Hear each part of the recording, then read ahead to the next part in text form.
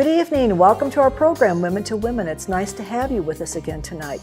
We have a very special lady, Jennifer Bailey. This will be her second program, and we're going to turn to Jennifer in just a moment.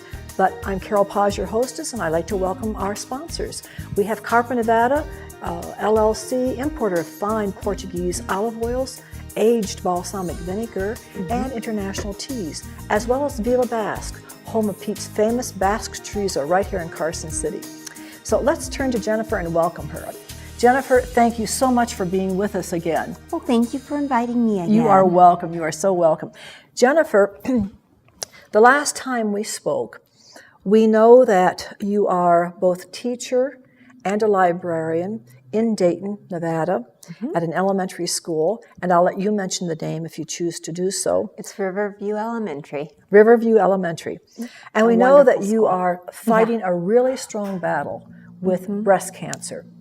And you indicated to us that you're in stage 4, but you have a lot of hope, a lot of hope. I do, because they've said that everything that they've tried on me has worked. And so isn't that special? It's special because normally things don't work, and I'm the Helen queen in the office right now because I've been on this medication for over a year. All right. And it's still working. Wonderful, wonderful. So. Well, you are certainly a person of courage, and you've given us a lot of inspiration by your part 1. And I know that these walks are never certain, but then nothing in life is really certain. Nothing. And as 2 women of faith, we know that a very important part of our personal life is prayer for whatever situation we're in. Definitely. So I always feel better when people are praying for me and with me. Me too. Me too. All right. Help us understand, Jennifer. Okay, in your responsibilities as librarian, how are the kids with you? How do they fit into your day? How do they help you through the day? And what are some of the things that they do that just tell you, you know what, this is a gift. Each one of them are a gift. Oh, I love the students. They are amazing. It makes me forget about cancer the whole day. I don't have time. That's true. As a teacher, you don't. No, it's they're always involving me into the computers, what they're looking for, the books they're looking for, what they might be interested in, and kids have a way of looking at us as adults as just absolutely natural with who we are, whatever the situation is that we're with. They just take us as we are, and I think that's such a gift. I really appreciate that. Yeah, that is such a gift because I am bald with the cancer, and I go to school bald. I do not. I remember your story when the wig just went off, and that was it. Yes. End of wig. Yeah, end of wig. So, and it's good to know that we are loved for who we are, how we are, and that's something that in our culture, in the Western culture, it's a big battle because they always want us to be younger.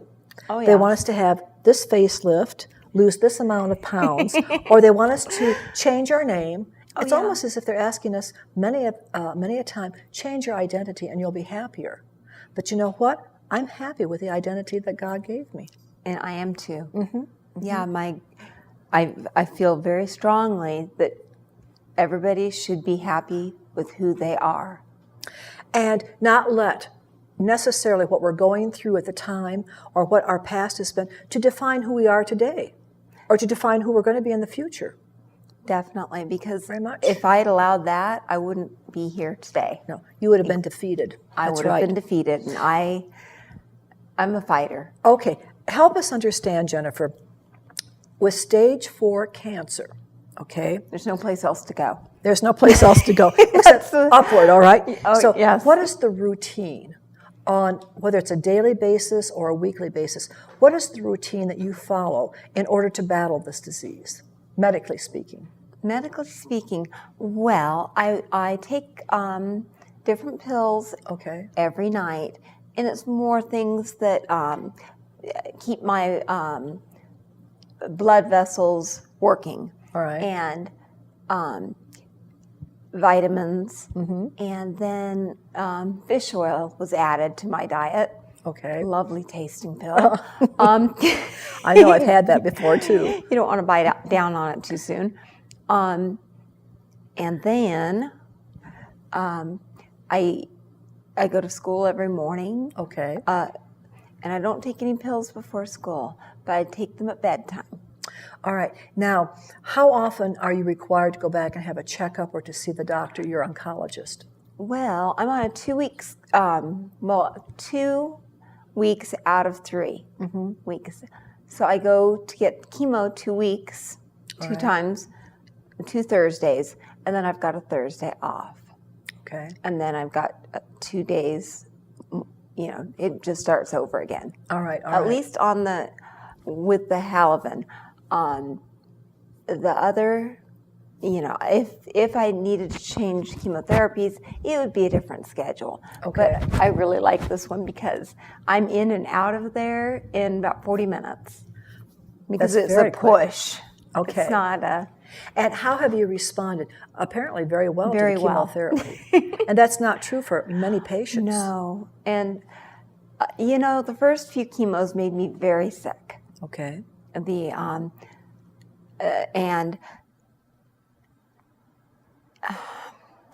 how would I describe it? It just made me feel very, very ill. And I don't know if I've just gotten tougher through the years because I don't feel so ill with the chemos. Okay. How long have you been battling this breast cancer? 11 years. That is remarkable. Yeah, my son was, he was 9 months old when I got diagnosed. Okay. And he is 12. And he'll be 13 in August. So your children have grown up around this this particular disease, and they have seen their mother work with it and be challenged by it many a time. But I think that's made you stronger as a family, probably. I think so. Now, do you participate in some of the events to make us more aware of cancer and to encourage us to be very supportive of the programs? I know I used to walk. I did too. And we used to walk around the Carson City, the track at the high school. Okay. All right.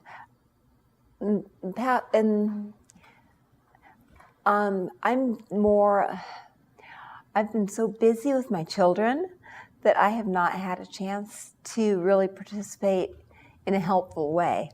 Well, you're raising a family. I'm raising a family. That's your most important priority. Yeah. Yes. So there are activities that you want to do that I can't do anymore. That you can't do anymore. Yes. What are the activities that you can do that you really enjoy? Well, actually I love to teach. I love school and I love the children that, they just are so fresh and open and they just want to learn. They are a gift. And they're a gift. And we play card games. Okay. And domino games with my family. Mental challenges. Yeah, my brother. No, my brother not so much. My children, my daughter, my son, and my husband. We like dominoes. We like card games. And I think you have a unique family, Jennifer, in many ways, a unique spouse and a partner there. So. Yes, oh, yes, a very special He's partner. Stuck by me.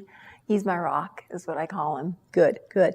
Now, if you were to help us understand, what are some of the challenges aside from this big medical one that you have had for 11 years?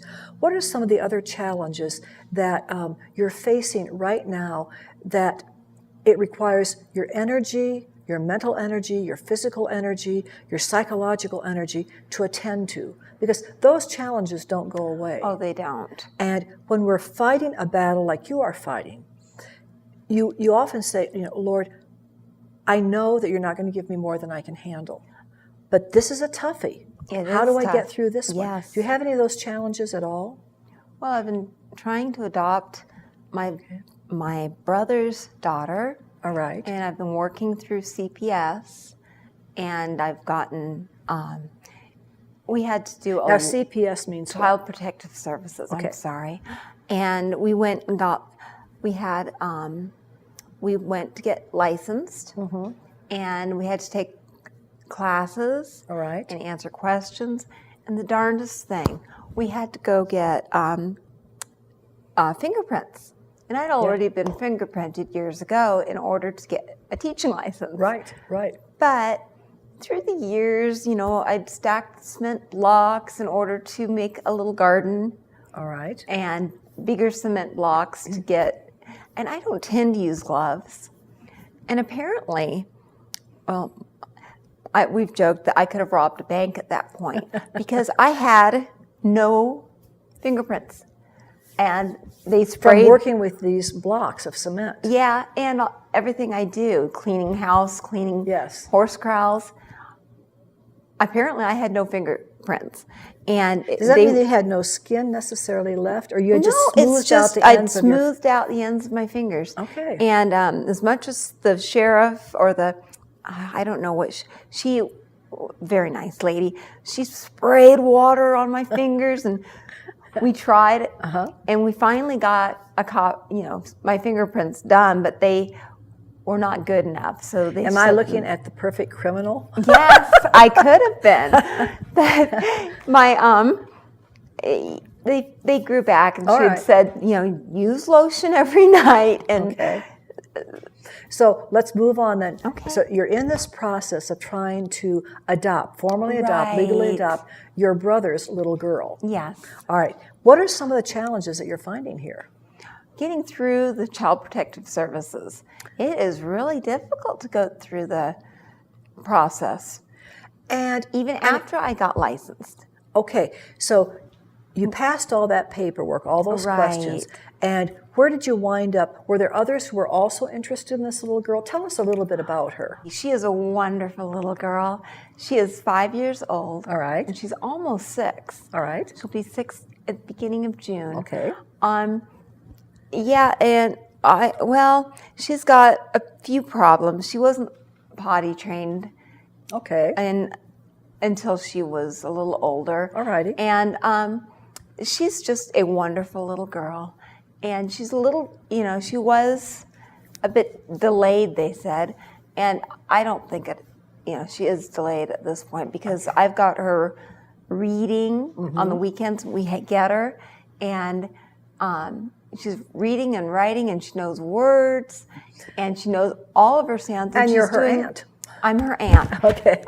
And yes, and to be fair, her teachers are teaching her a lot, and she's getting, she's got her letters, all of her sounds. So as a 5-year-old, is she in kindergarten? She's in kindergarten. All right. So let's pick this up when we come back in the second half. Okay, to find out what are some of the difficulties that we can run into when we take on it's a project, but it's a family project because you want to make a member of your bloodline come into yours if possible, because it's a necessity, it's a need. Yeah. And we'll be right back to find out what Jennifer is doing to adopt this little girl. And in spite of everything that she's going through personally, medically, her mind is made up. She's determined. Let's find out why. We'll be right back. Apex SCF provides cutting-edge, hands-on training that effectively addresses today's threats of violence. The Apex Stay Alive course teaches proven methods for personal protection and attack countermeasures that can be applied in any environment. In your home, at the workplace, or on campus, Apex will teach you the necessary skills to stay alive, including how to recognize and react to an active shooter scenario. If you knew you had to fight for your life tomorrow, would you train today? Contact us now to sign up for a class in your region. Celebrate your patriotic spirit this summer with the Carson Nugget $1 Million Red, White, and Blue Summer Giveaway. We are giving away scooters all summer, and the whole family can join in for outdoor barbecues. Come in today for your share of $1 million in cash, free play, and scooters. A fire-adapted community is prepared to survive a wildfire with little or no firefighter assistance. To help prevent ignition by embers, remove dead and dying plants from around your home. Be sure to remove low-hanging branches and the flammable plants underneath your trees, also known as ladder fuels. Non-flammable plants and pathways create separation and help prevent fire from spreading to your home. Make it lean, clean, and green. Visit livingwithfire.info for more tips to save your home. Hi, I'm Stephen Lincoln with CarsonCityHomes.com, Carson City's original online real estate resource. At CarsonCityHomes.com, you get effective and easy-to-use tools to help you select your next home today. With our easy-to-use website, you can search listings throughout Northern Nevada and narrow the results by selecting every facet, quirk, and quality you desire. Visit CarsonCityHomes.com. How was school today? Cool, we learned what to do in case there's an emergency. Oh, will you show me? Yeah, and if there is an earthquake, then you get under your desk, duck, cover, and hold. And when the shaking stops, we evacuate the school just like a fire drill. I'm glad you both know what to do in case of an emergency, but I'd still be worried. You're supposed to check the phone, radio, or TV, and they'll tell you what to do. Make a plan. Assemble a kit. Stay informed. And be ready. Welcome back to the second half of our show on Women to Women. We're with Jennifer Bailey, and we're going to return to Jennifer in just a moment. But I'd like to say a very special welcome and thank you to Steve Lincoln of Remax Realty here in Carson City, who has joined us as a brand new sponsor. I'd also like to thank some regulars who are here for so many different reasons and so many different support systems. CarsonNow.org, the #1 place to go on the internet for the latest breaking news here in Carson City. Remember that name, CarsonNow.org. We'd also like to thank the Nevada Appeal and the Record Courier, who always encourage us to shop locally, support our local businesses. And we'd also like to thank the Carson Nugget and Casino, who is also a very friendly, oriented business here in Carson City. They're here for you. So let's return to Jennifer. And Jennifer, thank you again for being with us. It's always a pleasure to see you. It is lovely to see you. And you know, we were talking... You're such an inspiration. Well, thank you. I'm talking to a presence, as we were talking about. Jennifer, you know, you're in the first half, we were talking about challenges that you're facing, regardless of this major battle that you're waging with stage 4 breast cancer. And it just seems as if in our lives, regardless of what we're working with personally, the world is still going to come at us. Yes. And it can be very frustrating. Yes, because it is sometimes. And in our weakness, sometimes we are at our strongest.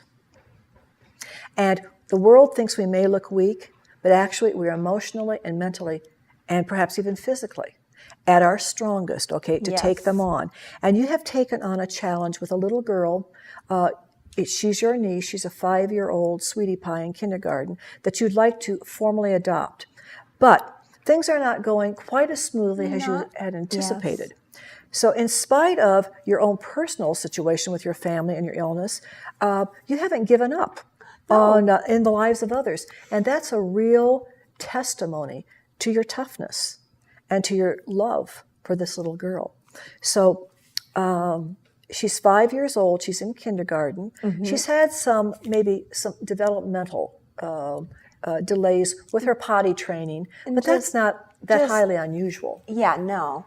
It's just, I don't think her natural mother abused her. I just think she kind of ignored her. Okay, so it's catch-up time. So it's catch-up time is what it's been, and she is catching up amazingly well.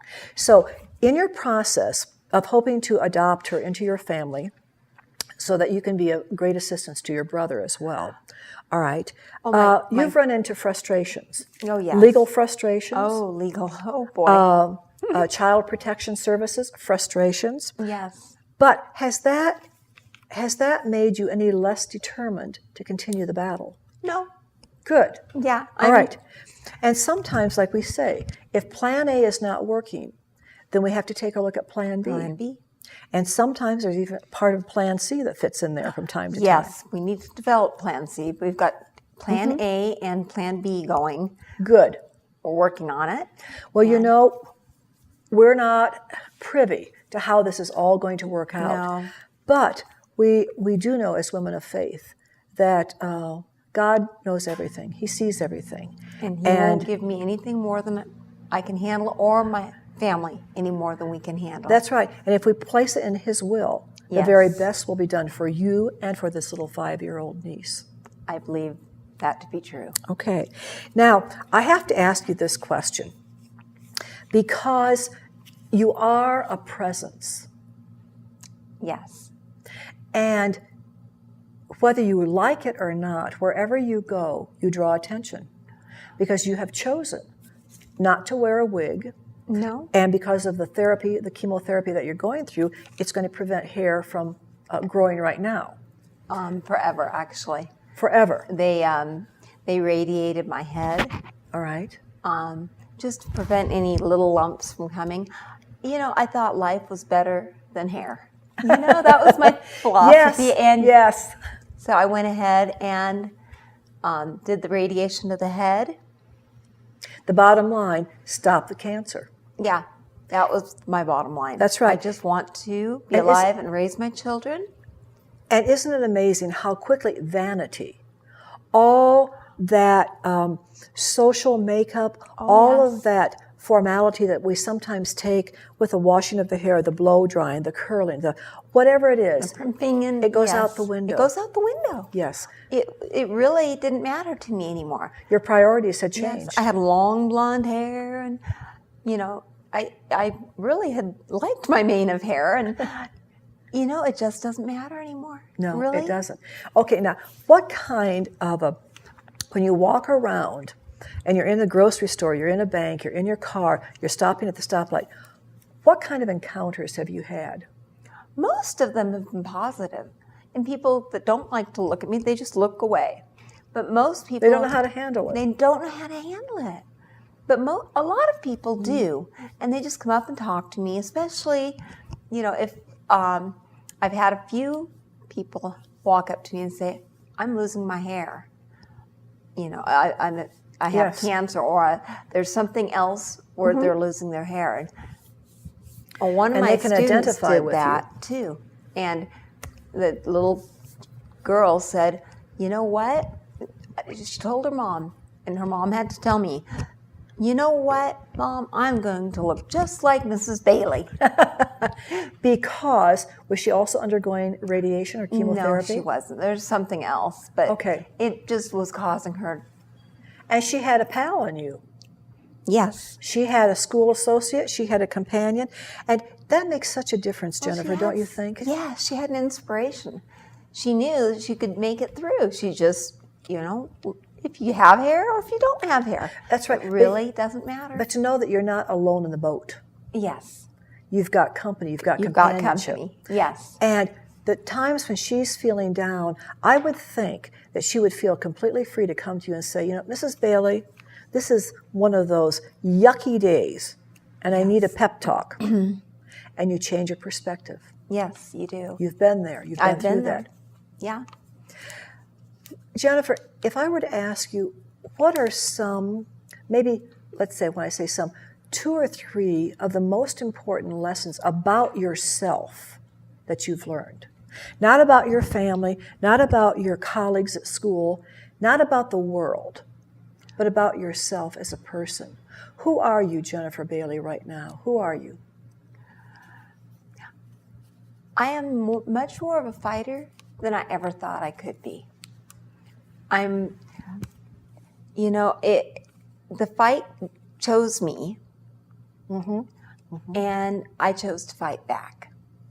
I am trying, I am doing as much as I can do, and I've learned, another thing, to ask people for help, which I'd never done before. I'd always That's been... a hardie. That's a hard one. Yes. I'd always been the person that people came to for help. And now I'm going to people to ask for help. And that was really a strange... it's humbling. It's humbling. It really is. You have to give up or sacrifice so much in a battle with cancer. Yes, you do. And your strength. You give up strength. You give up independence. Yes, you do. You give up physical presence in many ways. And yet you take on, it's almost like a new person, not a new personality, but you take on some new clothing, so to speak. Yes. Yes. That is exactly what it is. And you've learned then that you are a fighter. I am a fighter. And you learned what what's worth fighting for. And what is worth fighting for. Yes. That is exactly it. Some things I used to fight for aren't really relevant. Such as? I used to horse shows. Oh, I loved horse shows, and I loved gymkhanas and all kinds of events. Well, there's a lot of glamour and showmanship in a horse show. Oh, yes. Especially as a female. Yes. And there's an attention there from the public, and there is adulation there from the public as well, because they can't do what you're doing with that animal. Right. And that a horse is a large animal, and to be able to control that and work with it is unique. And you had that talent. I had that talent. Okay, you probably still have that talent, except physically, the strength isn't there. One of the horses knocked me over. I don't think he was intending to, but he knocked me over, and I had my helmet on, which you should always have a helmet. Yes. I can't emphasize that enough. No matter how good you are, you need a helmet. In a lot of sports, like skiing and horseback riding and bike riding, and we're not supermen, are we? We're not superwomen. supermen. No, we're vulnerable. Yes, we are vulnerable. But that horse just stepped over me. I had a good view of his hoof and he very carefully stepped over me. And I realized at that point that I could not handle the horses anymore. Yes. But my daughter can, and she will put me up on the horse. Don't tell my oncologist this, but I do ride still. Okay. But I ride. I used to be English and jumping, and I used to jump a lot, and gymkhana, which is pole bending and barrel racing. I'm not doing that anymore. But Jennifer, are you doing in addition with your daughter? She accompanies you. Well, actually, I accompany her to horse shows. Okay. So you're her best fan. Yeah. And isn't it wonderful to be able to transfer that? And she's skiing now. I was a skier, but not like she is. She's doing racing. But you know what you did? You passed it on genetically to her. She has the genes inside her to be a very good athlete. Yes. Thanks, Mom. Thanks, Mom. And Dad, that's right. She's far better than I am at skiing. Well, all right, so you've discovered this fighter spirit in you, and you've rearranged your priorities a lot. I have done. Yes, you have. Is there one more thing that you'd like to leave us with in terms of who Jennifer Bailey is? We're getting a pretty good picture of you. Wow. You don't give up. I can see that. I don't give up. Nope. I feel like I'm always optimistic. It just, if you smile, and I always feel good, I always feel like the cup's more than half full. Absolutely. And attitude is everything. When you face cancer, when you face competition. And cancer is a form of competition. Oh, it is. Yeah, it wants to win. It wants to win. And you have to hold it at bay. Yes. Jennifer, thank you again for being with us. There's a specialness to you that just radiates right out there. And it's touched me, it's going to touch all of our viewers in one way or another. So, well, I hope I can provide inspiration to people that you don't. Somebody told me walk into a closet and just, why don't you just go into a closet? I don't want to be in a closet. I want to be out and about. And you don't want to live in the darkness, you want to live in the light. Okay, yes, okay. Definitely. All right, take care, Jennifer. Thank you. Thank you so much for being with us. And if there's any news on Jennifer's update on the situation, we'll let you know via this program. So have a good evening. Thank you so much for being with us. We'll see you next week with a brand new program. Good night.